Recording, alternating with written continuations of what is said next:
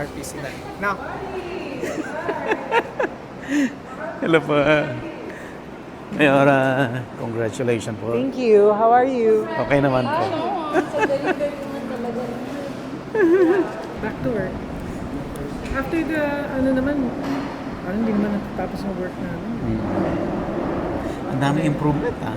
Ang ganda nung cultural, ano. They're still doing the floors. Tapos, after that, yung air conditioning. Pag kinasal kayo ulit, Ay, ano yun? Ano yun? rush namin yung cultural para pag kinasal kayo ulit, doon na tayo. Tsaka may mga banks na. Oo, may mga banks na. Seabox.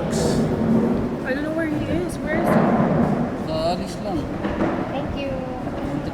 Ganda ng, ano, nung farm. Nung huling dinala niya ako doon. I'm sure mas maganda ngayon. Ay, saan kaya yun? Doon sa Bago. Ay, sa bago. Kararating lang nung cattle that time.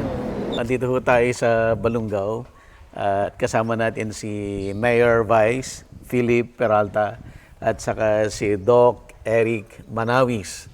At ang ganda-ganda ng project na to kasi ito ay isa or the biggest Yeah, one of the biggest. the biggest dito sa buong Region 1. Region 1. Region 1. Ito po yung Balungaw Rice Processing Center.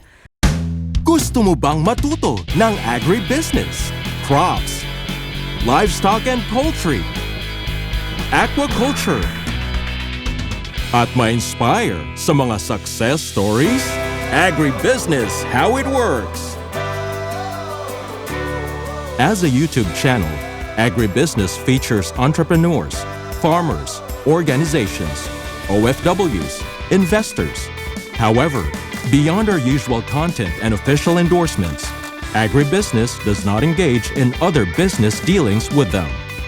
While our viewers and featured individuals and entities may choose to pursue business deals with each other on their own, we encourage them to be cautious in doing so. Ito ay funded by the Region 1 Department of Agriculture. It's a worth, it's a 50 million project. 35 million po yung parang worth ng mga makina and accessories. 15 million naman po itong building. Wow. At saka itong lupa, ito po yung parang counterpart ng LGU. Hinili ng LGU. At saka ito naman, itong structure na to galing sa harap, linipat namin galing sa harap ng munisipyo dati. Kasi yung harap ng munisipyo, ginawang park. So, linipat yung structure na to dito. Doc Eric. So eventually sir, itong facility na to ay makakatulong sa ating local farmers and at the same time makakapag-generate ng additional manpower sa locality. Mayor, bakit sa dami-dami ng LGUs sa Region 1, bakit Balungaw yung napili? Very good question. Actually, ang Balungaw is parang masasabi kong hindi man favorite mabilis kasi tayong mag-liquidate ng mga projects, especially pag dinownload sa account ng LGU. Lagi kong sinasabi sa mga team na wag sisirain yung pangalan ng LGU kasi yun yung parang pinaka-bragging rights natin sa mga agencies like the Department of Agriculture. So far, lahat naman ng binigay na project dito naging successful naman.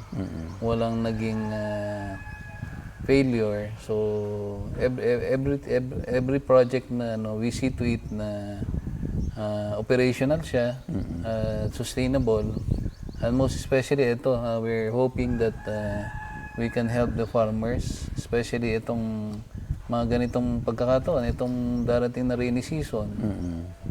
Mura na nga ang presyo ng palay. Tapos, siyempre, natural, wet season, basa ang mga palay. So normally, ang mga buyers natin, hindi mo rin maiwasan na mura nila mabibili yung mga palay ng mga farmers. So in a way, ito ngayong may RPC na tayo, so we can help the farmers.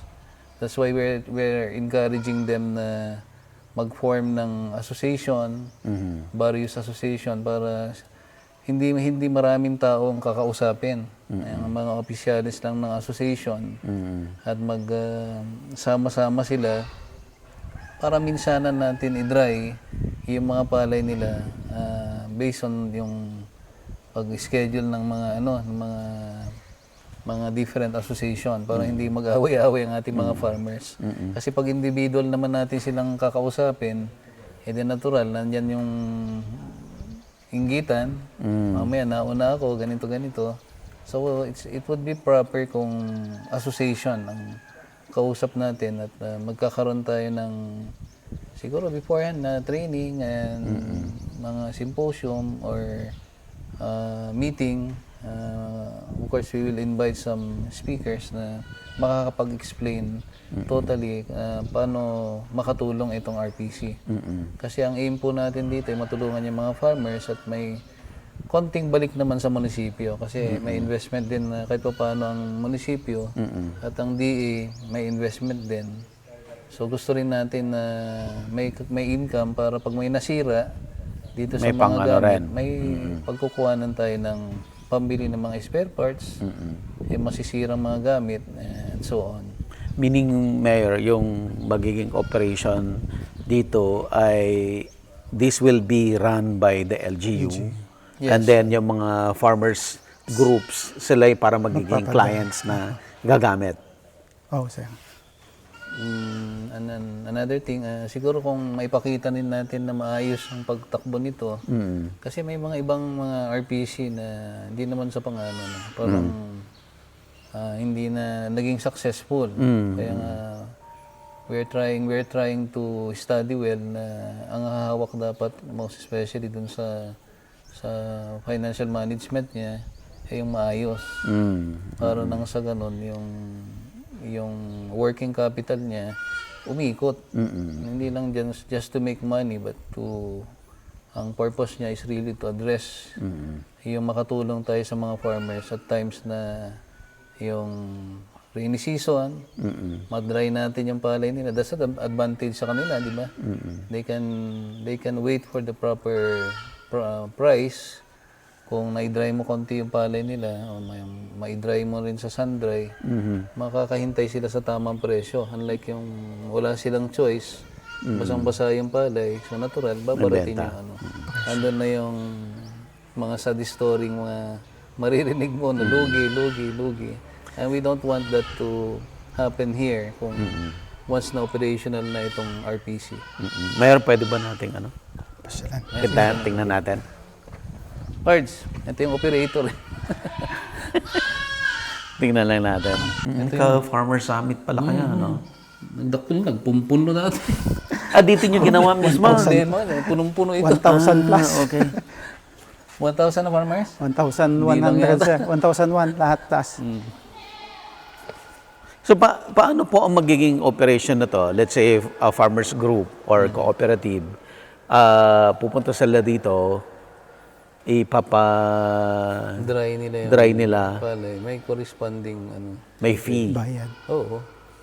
Tapos isa pang nasabi ni Mayor noon, sir, yung pagkaya nating bumili ng palay, magkakaroon ng sariling brand ang Balungaw. Maganda yun. Rice. Bidding. And then, Maganda yun. ang susuplayan po natin yung mga rice trader dito sa Bala. Instead na kukuha sa Nueva Ecija, dito na sa LGU. Actually, yun ang kalimitan comment ng mga viewers na why not the LGU yung talagang tumulong bumili at mag-branding at magbenta ng produce ng Kasi nung farmers. tigil din, 200 million yung size niya. Dito ba rin? Actually, nung pumunta, sir, yung kwan dito, yung mga taga DOST, yun, open up nila, tutulong sila sa packaging. Tapos, ang suggestion nila, baka pwedeng mag-set tayo ng parang isang araw na, o 2 araw sa isang linggo na yung produce natin na palay, yun ang ibebenta. Parang magkakaroon tayo ng Lapitan po natin. own outlet. O kaya kausapin yung mga nagbebenta, O, kung magkano yung kuha sa labas, baka mas mura. Si Doc Eric pala is from the Municipal Agriculture Apo. Office. Yan. Office. Dito yung Ito yung dryer niya, sir, na una. Ito yung dryer. dryer. Sige, Sir Eric, pwedeng pa-explain po yung process. Kapag above 17% yung moisture niya, i-dryer dito.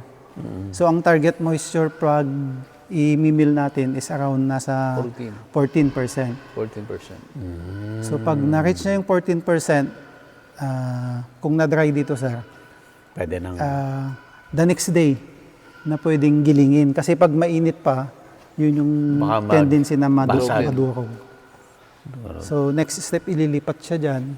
And then, Dito may conveyor may ito. conveyor dapat. Papagawa kami ng conveyor para to lessen yung ng labor.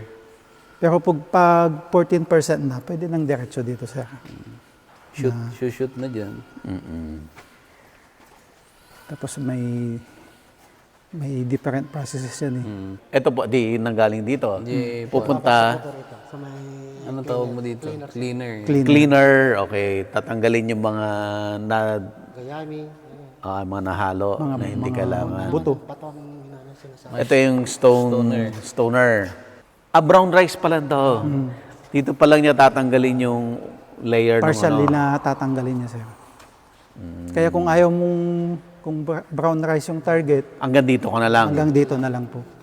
Kasi yung brown rice naman, yung may, kuwan pa siya, may, hindi siya Yung isang natanggalan. skin na before the rice. Tapos Akala sabi, kung ano una, ang brown rice talagang brown na tinanim. hindi sir, meron siyang kan. May another na. Makapal pa yung White balat, lang medyo din. manipis yung balat niya. And then pagdating dito, Ito na yung... whitener na to. doon naman yung ipa. Doon sa likod. Sa likod kwarto. niya. Pag gusto mong makintab yung bigas, isprinkleran nila ng tubig. Ganun. Oh, sir. Pero hindi siya ma-stack na matagal. Kaya pwedeng escape yung phase na to pag ayaw mong pa-sprinkleran. Sprinkleran mo ng pinong-pinong tubig para lalabas na makintab. 80 bags yan. Gaano kadaming bigas yung kaya niyang 80 bags per salang. 4 to 5 tons per 4 hour to 5 yata. tons per day. Per hour yata. Per hour. Per hour. Malaki rin. Yan. Normally sa Nueva Ecija yata na nasa 110 yata per bag eh. Ang milling fee. So, yung finiture mo na yun, ito na yung kanal niya. Finiture. Yun last na in-interview mo ako. Hanggang dito yung kanal nun. Pero doon pa yun Oo, hanggang dito yung kanal nun. Ini-irrigate na niya ito ngayon. Oo. Wow. Yung pinaka-last na interview mo sa akin. Ganda yung kwan niya, sir. First class na dark yung... Pati darak, mahal, di ba? Oh, sir. Halos pumantay na sa bigas. Ayan. Manti pa na, 5 tons. Iba pa yung darak niya, iba pa yung 5 tons per hour, rice hull. ni-register. Yung darak, ito yung nanggaling sa brown rice. Times. Creek dyan. No, 8 hours o 10 hours. 8 ko na yun, sir. Ayan. 32,000 every day. Sir. No fully operational. Kailan po ang full operational nito? Yun yung ayusin namin no, siguro itong mga next week. Tsaka yung first... Mag-resume na yung session. More or less nandyan sa gross na yan. Ang everyday niya. 70,000. Tapos pag ang gusto rin nilang magpa-storage, Yan ang Wala pa. problema. Wala pa. That's the reason why we're trying to acquire itong lupa na ito. Kasi ang maganda sana, malapit na dito yung tabi na niya. Oo, tabi na niya. So we will lessen yung mga Transport taong cost. babantay. Mas maganda nandito na, tabi niya. Para malilesen pati yung security. Then nakahanap din kami ng magandang source ng tubig dito. Subod. na yun yung source ng tubig dito. Pero drinil pa rin namin. Naiinom sir yung tubig. Masarap. Pero yung location niya lang, saan ba mga rice farms? Okay lang dito, kasi parang Nasa central din. malilesen mo rin yung problema ng although may suction siya, no? Hindi naman masyadong yung pollution, Hindi naman sir. Oo. Kasi normally pag ipapaalam mo sa barangay, oops, negative kagad yung nila eh. Oh, ayos. Kasi at least dito, prior to the construction nito, nagkanda kami ng public hearing. Oo naman namin sila kasi siyempre inaano rin nila yung labor, di ba? May pagtatrabahuan. Then, hindi naman kasi medyo high-tech na rin yung mga gamit. Unlike yung mga naunang rice mill nun na pollution talaga.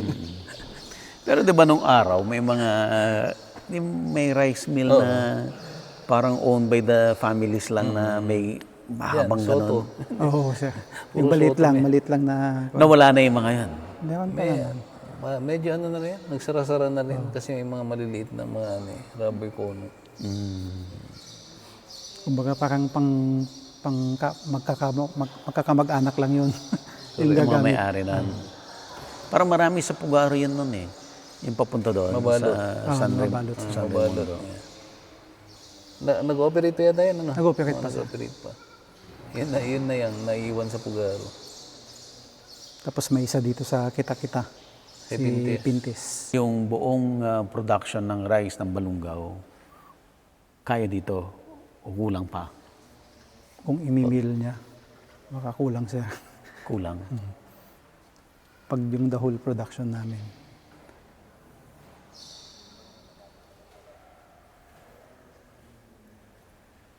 Pero what's important, yung ma-address yung issue ng during rainy season, makatulong dun sa mga... Yung nagmamadali sila i-dispose kahit mura. Or kung talagang hindi mapigilan dahil sa utang, pwede rin naman ang LGU ang bumili. Bumili na lang. A little higher than, di ba? A little higher than... Tapos tayo nang mag-market ng bigas. Kasi natural, yung mga traders, babaritin talaga rin nila sagad eh. Lalo pag... Yung 1 peso higher than the trader, malaking bagay sa farmers yun. Kasi sa 1 peso, sa 46 kilos, 46 pesos na yan eh. So sa 100, that's 4,600 na Eric. Malaking bagay. Tsaka napansin mo, high ceiling. No? Kasi kung saan kami naunang nag-benchmark noon, alam mo ba yung nauna kasi yung construction ng building? Itong unit, yung old unit na nakatukod. Tumutukod doon sa ceiling niya. Sabi ko, sana ma-avoid natin yung problema. Tumutulo yung tumutulo actually yung bubong nila. So, in-anticipate namin yun. Sabi ko dun sa mga taga-DA, sana yung design ng is mas mataas yung ceiling. Para pagdating ng makina, hindi nakatukod yung drying dun sa roofing niya. Kulang na lang hingiin ng buyer yung palay pag gano'n eh. Lalo yung 1 week na muulan. No choice din sila kasi siyempre they have to sell it kasi otherwise tutubo din yung Tsaka yung quality ng bigas. Pag iitim na. nababad na. At least dito, pag na-dry, hindi pwede mo isang dry ulit. Pwede siya. Paano yan? Magre-require kayo ng certain varieties para pare-parehas? Pag nag-branding ka? Pwede siya. Yun yung pag-uusapan pag Oo sir. Kasi ito sanay na sanay itong yung operator na sa mga malalaking Kasi naman, kahit yung malalaki ginugroup pa rin nila eh. Hindi lang isang variety yung lang. long green. Yung magkakahawig, bilog. pinagsasama-sama. Kasi marisira din yung presyo niya pag yung long green hinalo mo sa bilog. O pwedeng By variety o groups lang? Group lang? Parang halo-halo na yun kapag ano, sir. Pag ano dito sa rice mill, halo-halo na. Halo-halo. Kung gusto Except- mo naman, except kung gusto mo yung naman mga- mag-variety, yun, mag-variety tayo. Mag-gilingin. Except yung long grain at saka bilo, yung ano ba yan? Yung Yung titawag mo na Rambol. Rambol. Oo. Kung gusto pure na 160, Ayun, gigilingan na natin. kasi si Kalasyaw sir, yung puto ang ginagamit 160. 160. So dapat hindi mahaluan ng ibang variety. Yun ang mas prefer nila kaysa yung malagkit. Kasi pag yung Nabili tayo malagkit, ng, halimbawa, palay. Bubuhon natin yung, Bukod-bukod. Oo. yung mga, halimbawa, 160. Mm.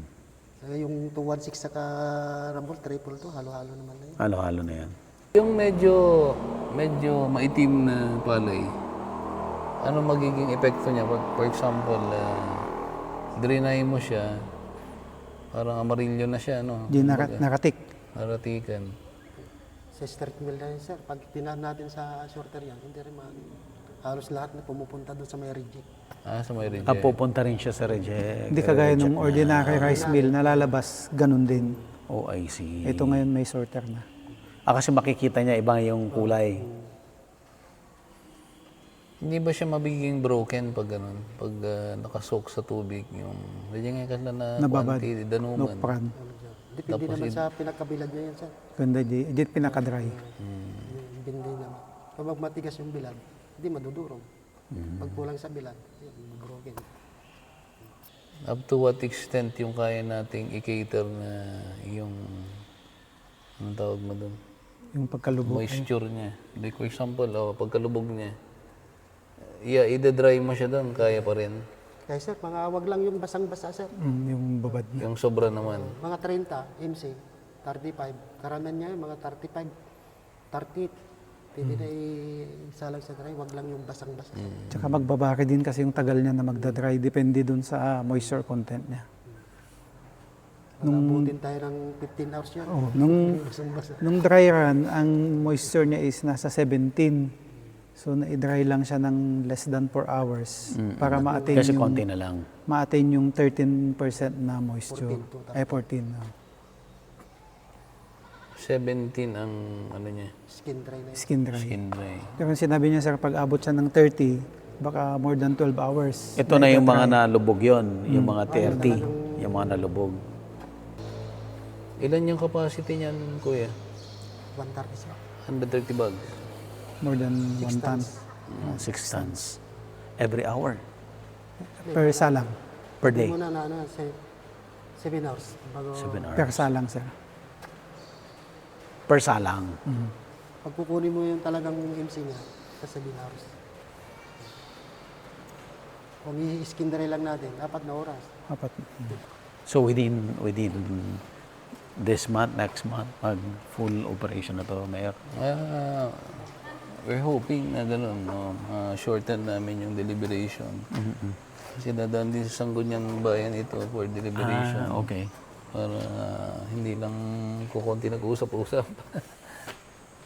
Kailangan din i-approve ng Sangguniang Bayan kasi fees and charges ito. Di ba?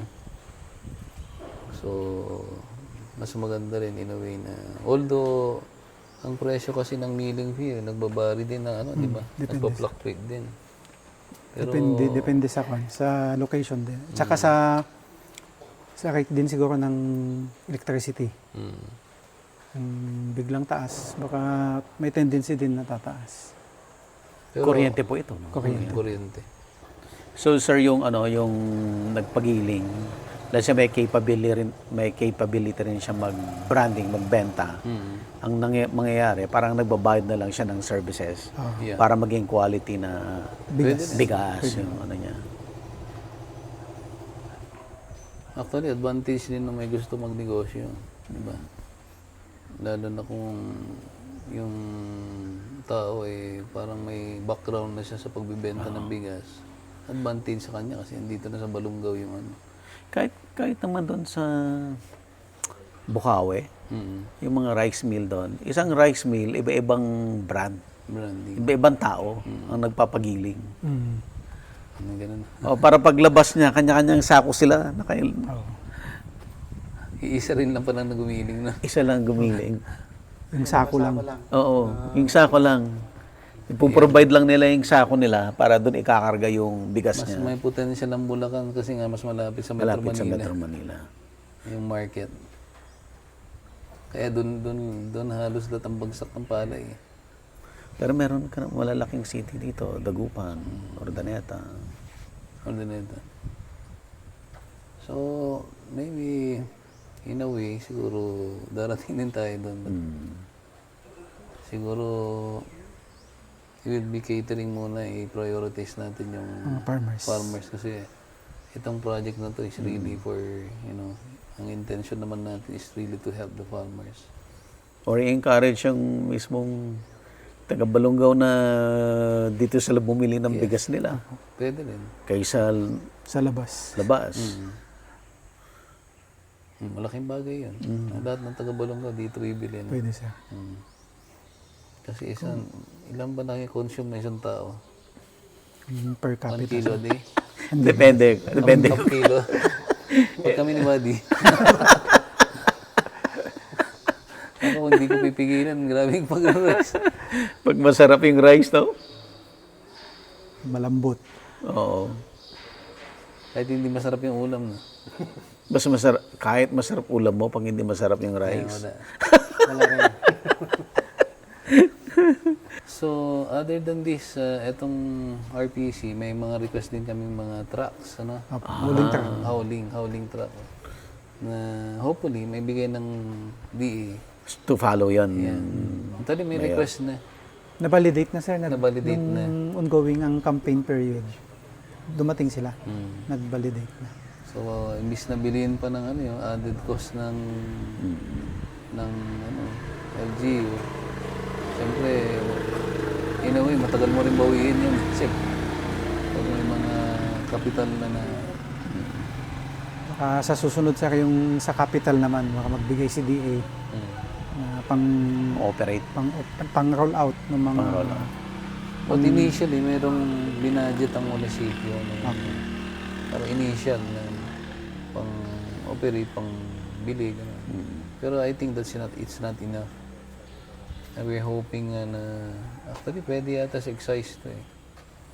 Yes, sir.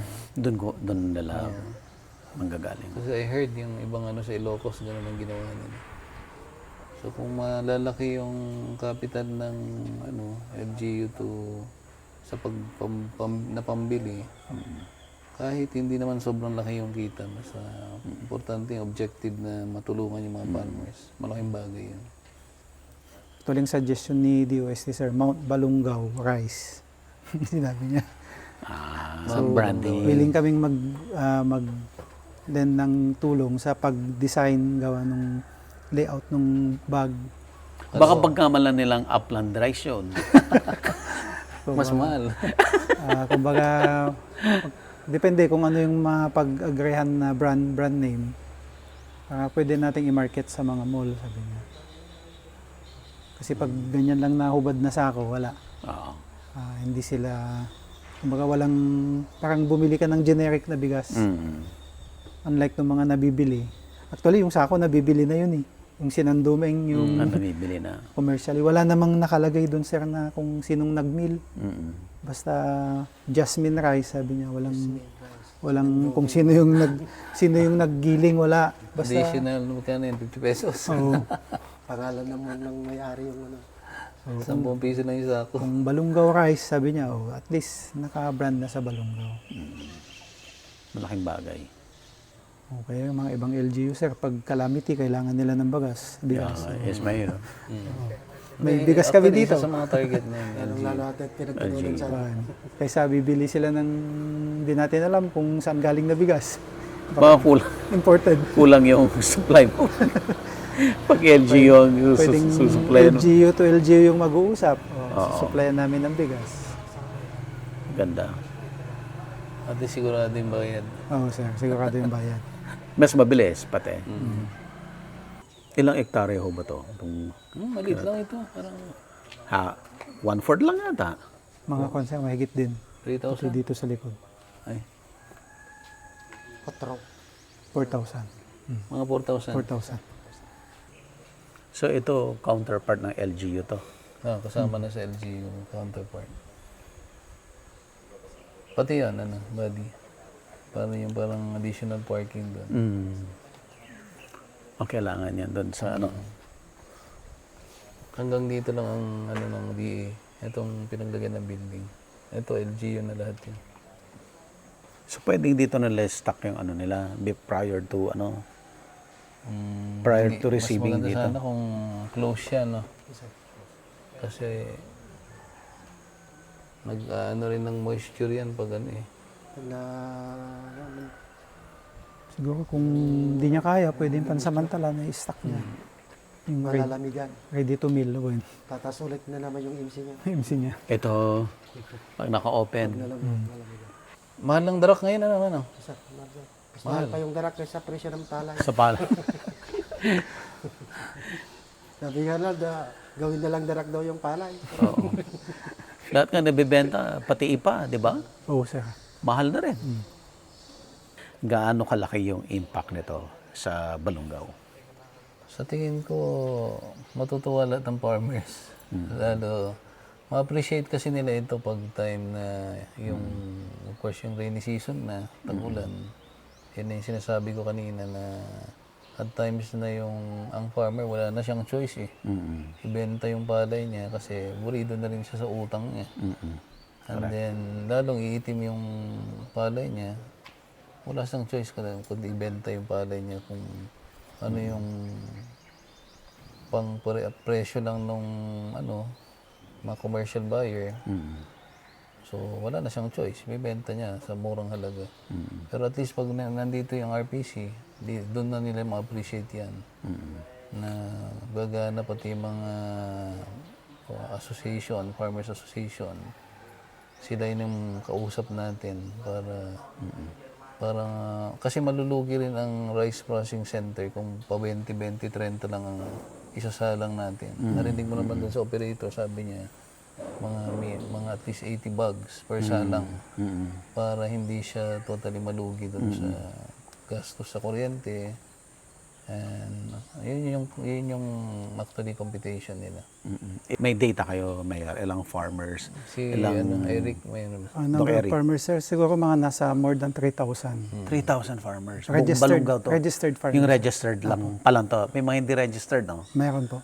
Yung mga, karamihan po doon yung mga hindi naka-reside sa Balungaw na, Na may mga... umuwi lang na magpapatanim. Oo. So, hindi po sila naka-registered. Kasi yung RSBSA po kasi ang basis nun, yung residence. So, hindi ka naman pwedeng, kung nasa Makati ka, hindi ka naman pwedeng mag-register sa Makati. So, karamihan, kumbaga dito na sila nagpapatanim. So, hindi sila naka-register. Pero konti na lang yan. Konti na lang. Konti na lang. So, yung mga talagang naka-base dito na small farmers, halos na account na lahat yan. Around 98% na siguro 98%. na naka-register. Total hectares. Total hectares, nasa Tembok, sir, more than 4,000. 4,000 hectares. Hectares. One cropping lang yan? Apo. Okay. Kasi corn yung second cropping nila. Oo, sir. Pero madami na rin nag-ship sa palay, sir, kasi na-improve na yung Kanal, irrigation. irrigation yung mga canal. irrigations. Pati nga tabako, mukhang bumaba din eh. Bumaba rin ang production ng tabako. Na ano na rin, na-feature na rin natin yung mga series of irrigation canals na ginawa niyo, Mayor. Lahat yun, gumagana na lahat ngayon yan. Apo. Yung last na... Yung may impounding dito sa taas. Yan yung kanal niya. Ito pala, bumababa dyan yung water. So, kahit dito sa upland, may mga pocket of rice farms pala. Oo. Hindi lang doon sa lowland area. Kaya nga tayo nag-request sa DE kasi nga identify na natin yung mga areas na kailangan ng tubig. Lalo dito sa mga upland. Very useful naman sa kanila. Na in a way nakakatulong. And then at the same time, mayroon din silang ini-expect na harvestin na isda, di ba?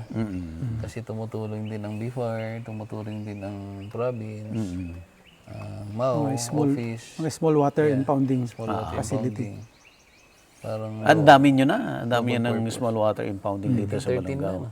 Ilan po lahat? 13 yung bago. 13. Wow. Yung bago. Ganun kasi pag sila mayor maghanap ng pondo. Kasi sabi mo nga, yung isang impounding, kulang pa yung budget ng buong munisipyo. Outside source. Wow, grabe. Kaya nga ayaw namin masira actually sa, lalong-lalo na sa DA. When it comes to yung mga farm to market road, yung irrigation project, small water impounding, and the RPC. And another thing, yung bragging rights natin na 7 times, or 7 times. 6 or 7 times awardee ng Seal of Good Local Governance. Isa rin sa bragging rights ng munisipyo yan. Consecutive yun, yung 7. Pag nakita kasi ng agency yan na medyo mapapalagay sila na walang kalukuhan sa perang bayan mo. So tiwala sila na pag nag-download sa bayan, alam nila na ma-implement yung project na maayos. Itong pagkakaroon po ng rice processing plant, sa side naman ng LGU, kumusta? Makakatulong ba to generate income? Kasi in a way, magpapasok din ng konting income ito kasi ang target natin is to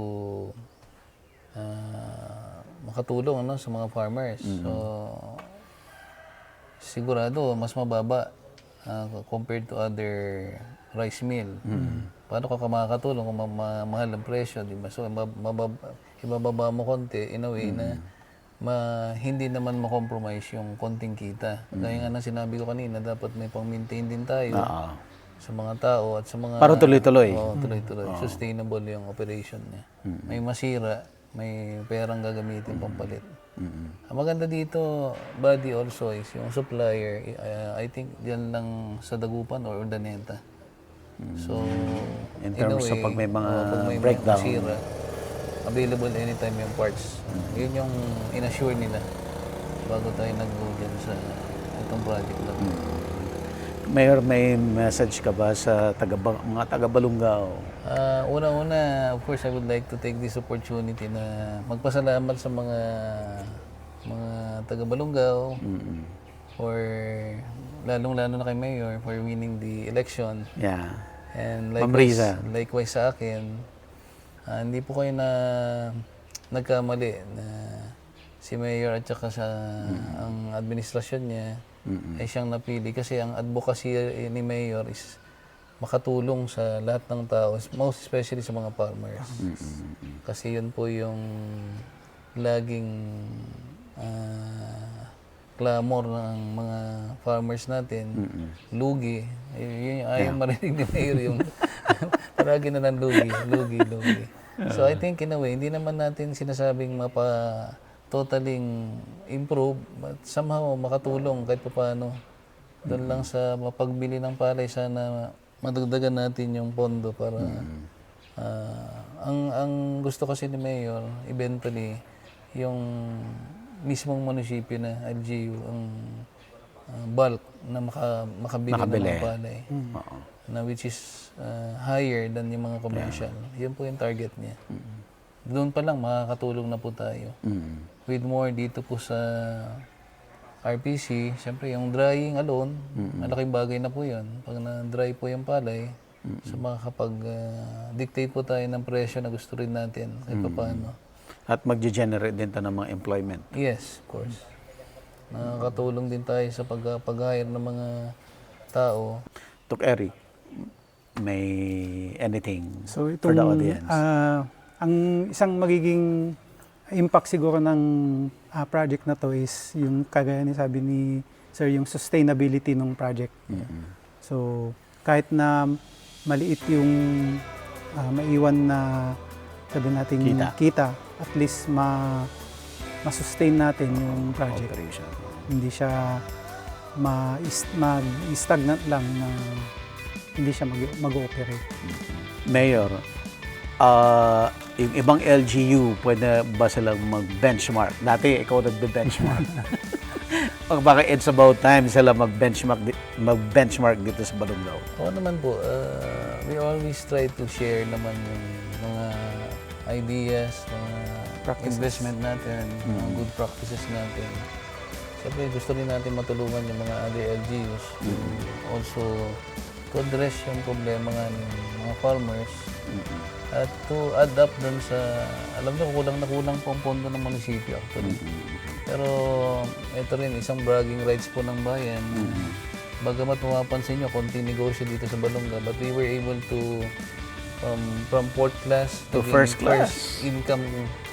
income class ang bayan. Yeah. So, maayos pong munisipyo, maayos pong financial management. Kasi kung hindi po nai-remit lahat ang kapirahan ng mga taxpayers po natin, ang babayad ng mga buwis, I think hindi naman po magiging first income class ang bayan po natin. So yun, isa rin po yung pagpapakita na mahusay at katiwa-tiwala ang LGU ng Balongaw under the leadership ni Mayor Risa Rodriguez Peralta. And of course, ikaw, Mayor. Thank you so much, Vice. Maraming salamat. It's really an opportunity. Apa. Thank you so much. Agribusiness merch is now available on Shopee and Lazada. Agribusiness, how it works. Instruct, inspire, succeed.